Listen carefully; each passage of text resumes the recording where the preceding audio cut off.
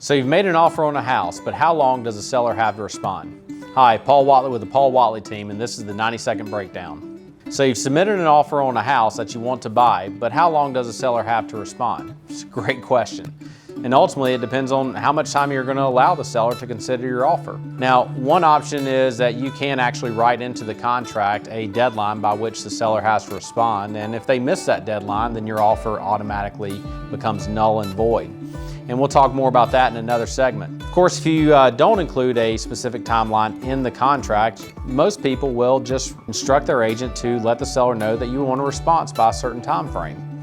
And if that time frame comes, then you can, of course, withdraw your offer. So how much time will a seller typically take to consider an offer? Well, typically we're looking at around 24 to 48 hours.